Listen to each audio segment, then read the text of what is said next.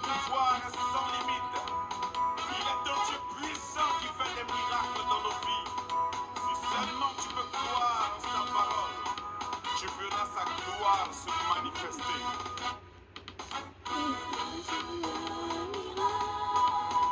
Il est le Dieu de miracles.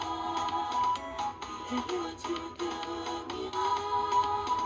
Il est le Dieu de miracles. Il sauve Daniel de la fosse au lion. Il sauve Jonas du poisson géant. Il ressuscita Lazare de la mort. Il est le Dieu de miracles. Il sauve Daniel de la fosse au lion. Il sauve Jonas du poisson géant. Il ressuscita Lazare de la mort. Il est le Dieu de miracles.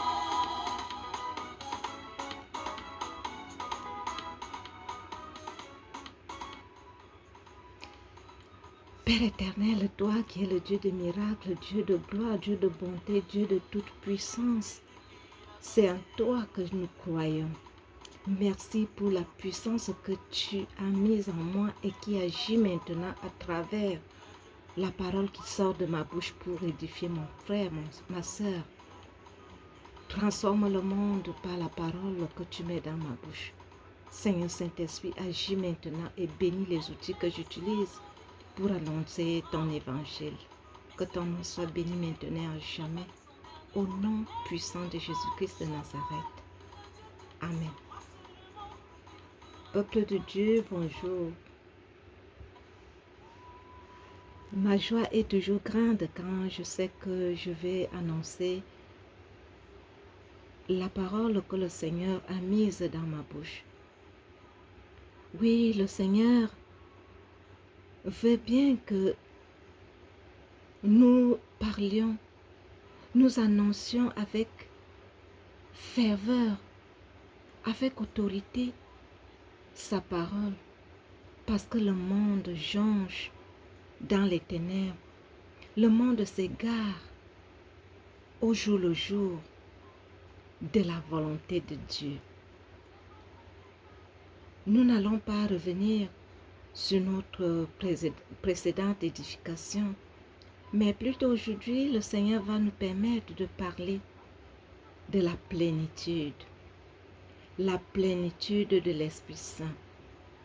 Tu dois comprendre, je dois comprendre, toi chrétien, toi qui te dis réellement chrétien, tu dois être rempli. Quand je dis de la plénitude, ça veut dire que tu dois être rempli de l'Esprit Saint. Et cela ne vient pas du jour au lendemain. C'est parce que tu dois entretenir ta relation étroite avec ton Dieu. C'est au fur et à mesure. La plénitude de l'Esprit Saint est un processus que nous gagnons au fur et à mesure que nous nous approchons de Dieu. On peut commencer par une étincelle de l'Esprit Saint, mais au fur et à mesure que le Seigneur voit ta disposition de cœur pour t'approcher davantage de toi, il va te remplir davantage. Quand nous parlons de la plénitude de l'Esprit Saint, cela n'est pas sans conséquence parce qu'au moment où tu deviens plein de l'Esprit Saint, tu dois comprendre, je dois comprendre que tu deviens aussi une cible pour l'ennemi. Le monde des ténèbres bouge pour t'atteindre, mais si tu es rempli de l'Esprit Saint, si tu vis dans la plénitude de l'Esprit Saint, oui, le monde des ténèbres va te secouer, mais il ne te vaincra pas. Tu dois donc tout faire, toi, le vrai chrétien qui a décidé de suivre le Seigneur Jésus-Christ, de ne pas permettre à passer à côté de cette plénitude. Passer à côté, c'est-à-dire à un moment où tu vas te sentir persécuté, haï, rejeté par le monde. Il ne t'est pas permis de permettre à l'ennemi d'avoir raison sur toi. Non, tu ne dois pas le permettre. Cela se démontre dans le passage que nous allons lire. Jésus-Christ, notre Maître, notre grand frère, notre Seigneur et Sauveur, nous montre cet exemple de la plénitude de l'Esprit Saint. Et qu'est-ce qui se passe lorsque on est déjà rempli de l'Esprit Saint? Jésus-Christ l'a vécu. Nous le lisons dans Luc, l'évangile de Jésus-Christ selon Luc chapitre 4, versets 1 à 4. Je lis au nom du Père, du Fils et du Saint-Esprit, il est écrit.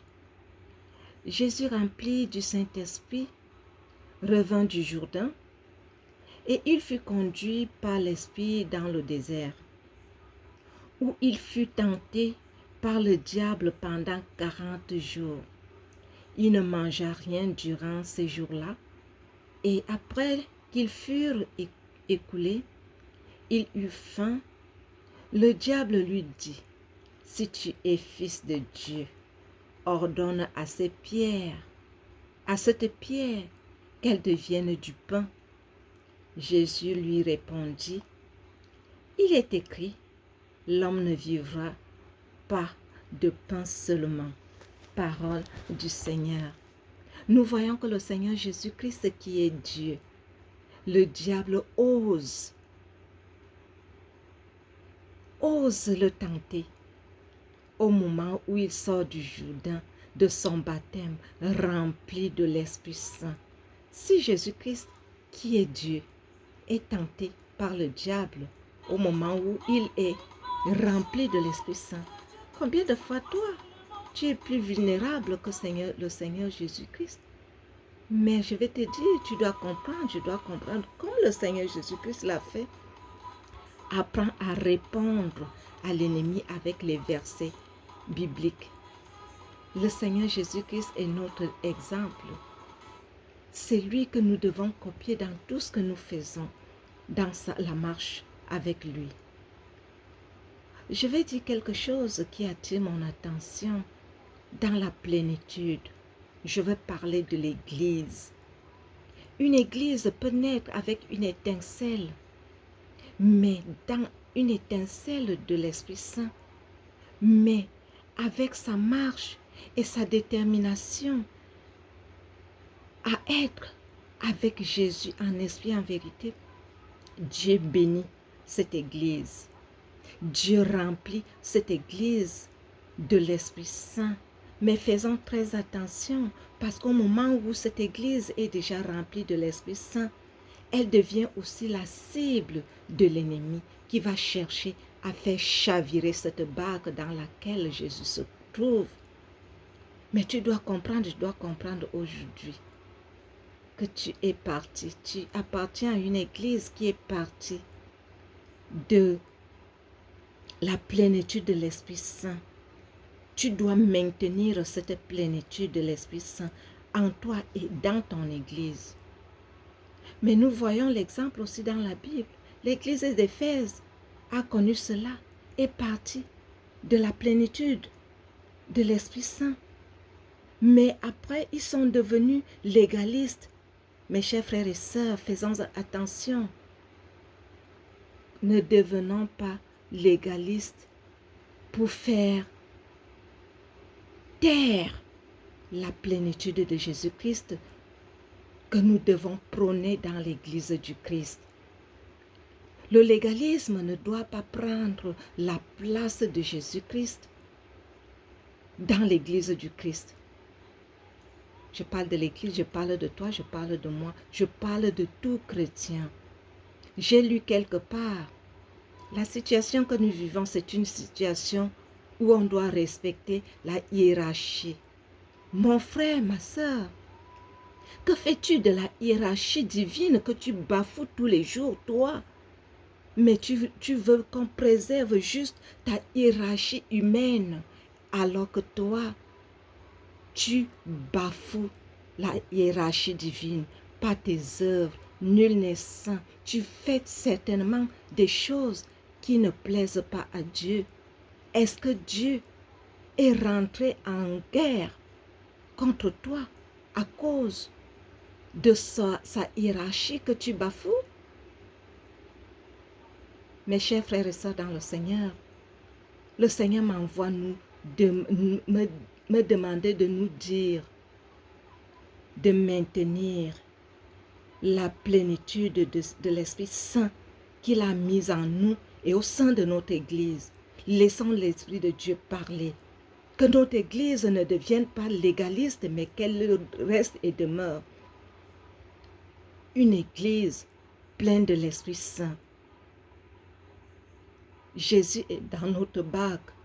Mais qu'est-ce que nous faisons de ce Jésus-Christ qui a coulé son sang sur la croix pour nous?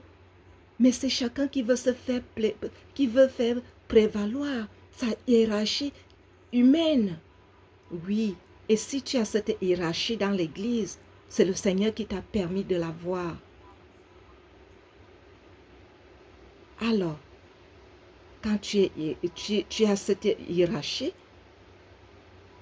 au-dessus de toi, il y a une autre hiérarchie que tu dois aussi respecter, que je dois aussi respecter, que nous sommes appelés à respecter. Quand je parle de l'Église, je parle de ta famille aussi. Je parle de ton lieu de service. Tu es chef de service quelque part. Si tu es un enfant de Dieu, sache que tu vas servir les usagers qui sont les créatures de Dieu. Tu n'as pas besoin de les malmener parce que tu es la hiérarchie d'un service. Mon frère, ma soeur, sois plutôt rempli de l'Esprit Saint et que les actes que tu poses soient les actes d'une personne qui a reçu pleinement l'Esprit Saint de Dieu. Fais attention de ne pas chavirer. Parce que tu es la cible de l'ennemi, je l'ai dit tantôt. Mais tu dois maintenir la plénitude de l'Esprit Saint. Ne sois pas légaliste. Cette façon de toi ne va plus plaire à Dieu. Dieu a voulu que tu sois rempli de l'Esprit Saint, mais pas légaliste, dans ta vie privée, dans ta vie professionnelle et surtout dans son Église. Toi qui veux servir le Seigneur en esprit, en vérité, toi qui veux faire la volonté de Dieu, ne permets pas que l'Église du Christ devienne légaliste à cause de toi. Rappelle-toi que la hiérarchie que tu as à l'Église, elle t'est venue de quelque part. C'est de Dieu que cela t'est venu. Amen. Père éternel, nous te disons merci parce que tu nous parles et parce que tu agis dans ton Église, dans nos cœurs et dans nos vies privées, maintenant à jamais au nom de Jésus-Christ. Amen.